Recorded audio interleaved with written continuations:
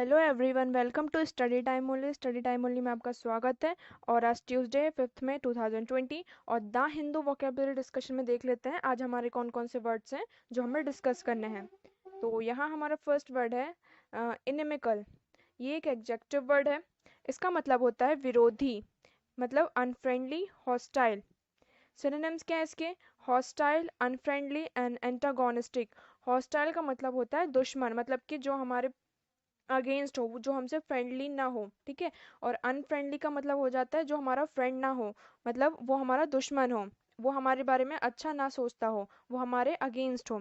Antagonistic का मतलब होता है विरोधी, ठीक है। मतलब कि वो ऐसे एक्शन कर रहा है जो हमारे अपोजिशन में हो, हमसे हमारे हमारे हित में ना हो। एंटोनिम्स क्या है इसके? Friendly, warm. फ्रेंडली का मतलब हो जाता है कि हमारा दोस्त, जो मतलब हमारे बारे में कुछ अच्छा सोचे और हमारा दोस्त हो। और वार्म एग्जाम्पल देख लेते हैं। It may have become inimical to our happiness, मतलब कि ये शायद हमारी जो हैप्पीनेस है उसका विरोधी बन जाए। नेक्स्ट वर्ड की तरफ मूव करते हैं। हमारा नेक्स्ट वर्ड है टिजी।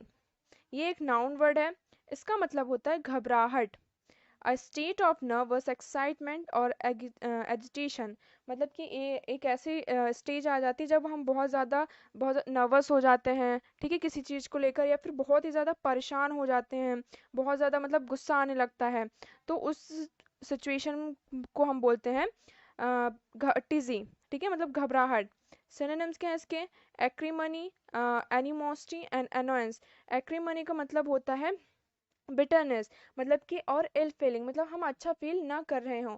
और एनिमोसिटी का मतलब होता है स्ट्रॉन्ग हॉस्टिलिटी, मतलब कि कोई हमारा बहुत बड़ा दुश्मन हो, मतलब कि जो हमारा मन है, हमारा माइंड है, वो हमारा बहुत बड़ा दुश्मन बन रहा है उस टाइम पे, ठीक है, हमारा साथ नहीं दे रहा हो। और अनोयंस का मतलब होता है कि झुलझुलाहट, मतलब कोई हमें बहुत ज़्यादा परेशान कर रहा हो। एंटोनिम्स क्या है इसके? काम, डिलाइट, ईज। काम का मतलब होता है शांत, और डिलाइट का मतलब होता है आनंद, और ईज का मतलब भी होता है एकदम पीसफुली कोई चीज हो, मतलब कि हम शांत हो, हमारा जो माइंड हो वो काम हो, ठीक है। एग्जाम्पल देख लेते हैं।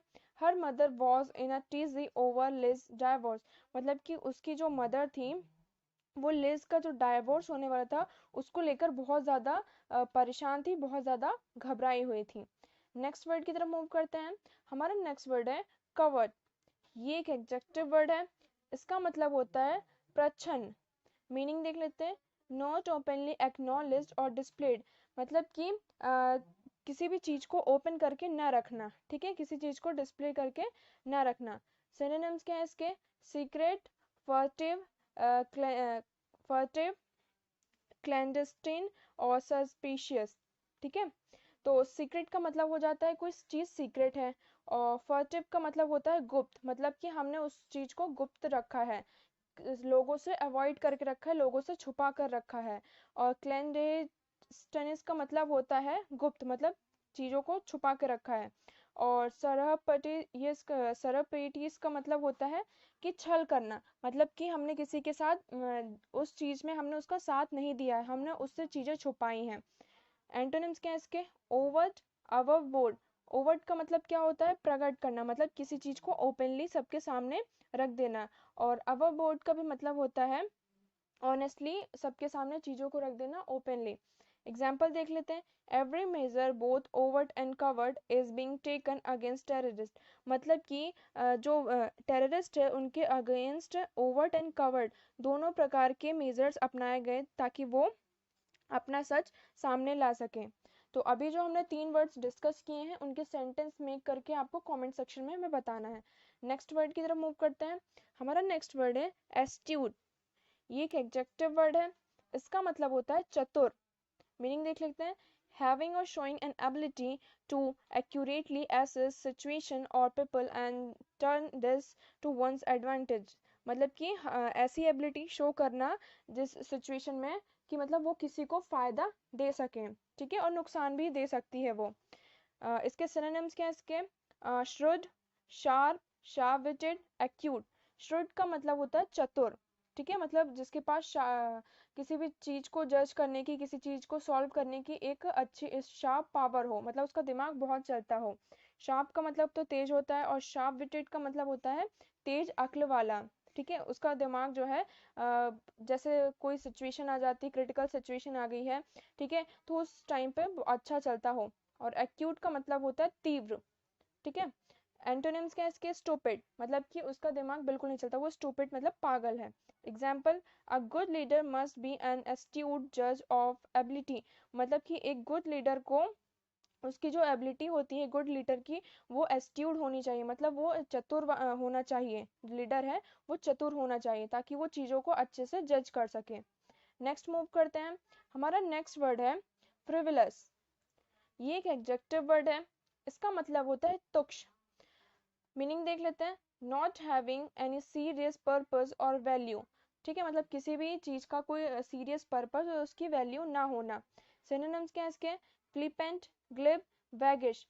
फ्लिपेंट का मतलब होता है शुद्र, मतलब कि किसी भी चीज की रिस्पेक्ट ना करना, मतलब उसको अच्छा रिस्पेक्टफुल एटीट्यूड ना देना। ठीक है, मतलब उसको ऐसा शो करना कि वो हमसे कम है। और ग्लिप का मतलब होता है कि ऐसे कभी कभी होता है ना, हमारे मुंह से ऐसे वर्ड्स निकल जाते हैं जल्दीबाजी में कि वो दूसरों को हर्ट कर जाते हैं। तो वही होता है कि मतलब फ्लुएंटली हमने किसी को बहुत इनसिंसियर वर्ड बोल दिए हों। वैगिश का मतलब क्या होता है? चपल, मतलब कि मिस्चीवियस, बहुत ज्यादा लोगों को परेशान करने वाले बात बोल दी हो, या प्लेफुल मतलब लोगों के साथ खिलवाड़ कर दिया हो। तो वैगिश का मतलब होता है चपल। एंटोनिम्स क्या है इसके? Serious, practical and important. Serious मतलब किसी भी बात को बोलने या कहने करने से पहले, किसी भी काम को करने से पहले सीरियस हो, मतलब कि उसको अच्छे से सोचे। ठीक है, प्रैक्टिकल होके बातों को सोचे, और इम्पोर्टेंट मतलब वो महत्वपूर्ण हो। एग्जाम्पल देख लेते हैं। Isabella was a frivolous little fool, vain and फाइटली। जो इजबेला थी वो कैसी थी? एक फ्रिवलियस लिटिल फूल थी, मतलब एक तुच्छ बेवकूफ लड़की थी। ठीक है, और लड़ाकू लड़की थी। नेक्स्ट मूव करते हैं। हमारा नेक्स्ट वर्ड है इजरेबल, इरेजिबल। ये एक एडजेक्टिव वर्ड है, इसका मतलब होता है चिड़चिड़ा। ठीक है, मीनिंग देख लेते हैं। Having or showing a tendency to be easily angered, मतलब कि कुछ पर्सन ऐसे होते हैं ना जो छोटी छोटी बातों पे ऐसे गुस्सा हो जाते हैं, चिड़चिड़ापन। ठीक है, तो सिनोनिम्स क्या है इसके? Irritable, quick tempered, short temper and bad tempered. इन सब के लिए हम ये वर्ड्स यूज कर सकते हैं। जैसे इरिटेबल, क्विक टेम्पर्ड, मतलब जो उसका टेम्पर है वो बहुत जल्दी कोई पर्सन है वो बहुत ज़्यादा इरिटेट हो जाता है। क्विक टेम्पर्ड, शॉर्ट टेम्पर्ड का मतलब होता है उसको बहुत जल्दी गुस्सा आ जाता है। और उसका जो बैड टेम्पर्ड का मतलब हो जाता है कि उसका जो टेम्पर्ड है, उसके जो सोचने समझने की क्षमता है वो बहुत ज़्यादा खराब है। एंटोनिम्स क्या है इसके? Cool, cheerful. कूल का मतलब हो जाता है वो पर्सन बहुत ज़्यादा कूल है, मतलब कि बहुत ज़्यादा अच्छा है, वो हर चीज़ को अच्छे से टैकल करता है। और चीयरफुल मतलब हो जाता है हंसमुख, मतलब हर चीज़ों को गलत वे में ना लेकर उसको अच्छे से एंजॉय करके उस चीज़ों को अच्छे से करते हैं। एग्जाम्पल देख लेते हैं। He was recognize to be highly jealous and irascible, मतलब कि वो ऐसा हम उसे ऐसा रिकोगनाइज कर रहे थे कि वो बहुत ज़्यादा जेलस और इरेजिबल है, मतलब बहुत ही ज़्यादा गुस्से में थी। नेक्स्ट मूव करते हैं। हमारा नेक्स्ट वर्ड है एग्नमी। ये एक नाउन वर्ड है, इसका मतलब होता है बदनामी। मीनिंग देख लेते हैं। पब्लिक शेम और डिसग्रेस। सिनोनिम्स क्या है इसके? शेम, ह्यूमिलेशन, एम्बैरसमेंट और मॉर्टिफिकेशन। शेम का मतलब हो जाता है शर्म की बात, मतलब हमें कहीं पब्लिकली कुछ ऐसा हो गया हो हमारे साथ, या कुछ ऐसी घटना घट गई हो, कुछ ऐसा किसी ने हमें बोल दिया हो जो हमारी बदनामी कर दिया हो, मतलब हमारे लिए शर्म की बात थी। ह्यूमिलेशन का भी मतलब होता है अपमान। ठीक है, मतलब किसी का हमने अपमान कर दिया हो। एम्बेरसमेंट का मतलब होता है कि हमने बहुत ही ज़्यादा एम्बेरसमेंट फील कर रहे हो, हमें वहाँ पे अच्छा ना लग रहा हो, वो हमारे लिए अपमान की बात है। और मॉर्टिफिकेशन का भी मतलब होता है शेम और ग्रेट एम्बेरसमेंट। एंटोनिम्स क्या है इसके? ऑनर। ऑनर का मतलब होता है सम्मान देना किसी को। ठीक है, example, he fear the ignominy of being exposed as a spy, मतलब कि वो उसको ये इस बात का डर था कि अगर वो एक्सपोज हो जाएगा तो उसकी बहुत बदनामी होगी। नेक्स्ट मूव करते हैं। हमारा नेक्स्ट वर्ड है रिडीम। ये एक वर्ब फॉर्म है, इसका मतलब होता है धन देकर छुड़ाना। मीनिंग देख लेते हैं। गेन और regain possession of something in exchange for payment, मतलब कि कुछ देकर हमने किसी से कुछ लिया हो। ठीक है, या फिर उसको वापस लिया हो किसी चीज को। सिनोनिम्स देख लेते हैं। Retrieve, regain, recover. रिट्रीव का मतलब क्या होता है? पुनः प्राप्त करना, मतलब ब्रिंग बैक, मतलब किसी चीज को हमने फिर से पा लिया हो। रिगेन का भी मतलब होता है हासिल करना, ठीक है, हमने किसी चीज को क्या कर लिया हो? हासिल कर लिया हो, वो हमसे छूट गई थी, वो हमसे दूर हो गई थी, हमने उसे हमसे लॉस हो गई थी, तो हमने उसको फिर से पा लिया है। रिकवर का मतलब होता है फिर से किसी चीज को कवर कर लेना।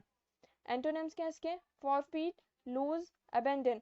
फॉरफीट का मतलब होता है जुर्माना, मतलब किसी चीज को हमने क्या कर दिया हो?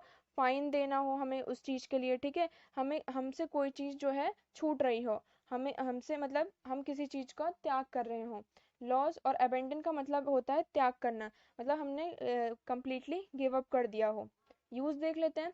Eight the end of Janet's car lease she will redeem it for another Honda. मतलब कि जेनेट की जो कार थी, एंड में उसने क्या किया? उसको लीज कर दिया, और अब वो धन देकर, क्या मतलब पैसे देकर, वो क्या करना चाह रही थी? दूसरी होंडा लेना चाह रही थी। नेक्स्ट मूव करते हैं। हमारा नेक्स्ट वर्ड है एक्सपेडिशियस। ये एक एडजेक्टिव वर्ड है। इसका मतलब होता है अति शीघ्र। मीनिंग देख लेते हैं। Done with speed and efficiently, मतलब किसी भी काम को या फिर हमने कुछ ऐसा एक्शन किया है जो बहुत ही जल्दी किया हो, ठीक है। सिनोनिम्स क्या है इसके? Speedy, quick, rapid and prompt. Speedy का मतलब तो आपको पता है कि मतलब कि बहुत तेज गति से। क्विक का मतलब जल्दी, रैपिड का मतलब भी होता है जल्दी, और प्रॉम्प्ट का मतलब होता है शीघ्र, मतलब बहुत ही जल्दी हमने किसी काम को कर लिया है। सिनोनिम्स क्या है इसके? स्लो, सॉरी, एंटोनिम्स क्या है अपोजिट? स्लो, मतलब कि धीरे धीरे। यूज देख लेते हैं। The man was saved because of the doctor's expeditious diagnosis. जो आदमी था वो क्यों बचा? क्योंकि डॉक्टर ने जो उसके डायग्नोसिस था, उसका जो लक्षण था, उसकी जो बीमारी थी, उसको बहुत जल्दी देखा उसको और पहचाना, इसलिए वो जल्दी से ठीक हो गया। नेक्स्ट मूव करते हैं, और आज का ये हमारा लास्ट वर्ड है इनहेरेंट। ये एक एडजेक्टिव वर्ड है। इसका मतलब होता है निहित। मीनिंग देख लेते हैं। Existing in something as a permanent, essential or characteristic attribute, ठीक है।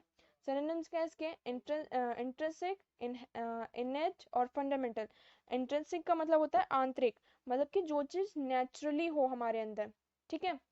मतलब कि होता ना, कोई कोई पर्सन होता है जो उसके अंदर नेचुरली पेंटिंग करने की कला होती है, कोई कोई डांस अच्छा कर लेता है, कुछ लोग जो होते हैं बहुत अच्छा डांस कर लेते हैं, वो सीखने भी नहीं जाते फिर भी कर लेते हैं, ठीक है। कुछ पर्सन ऐसे होते हैं जो बहुत अच्छी स्केचिंग कर लेते हैं।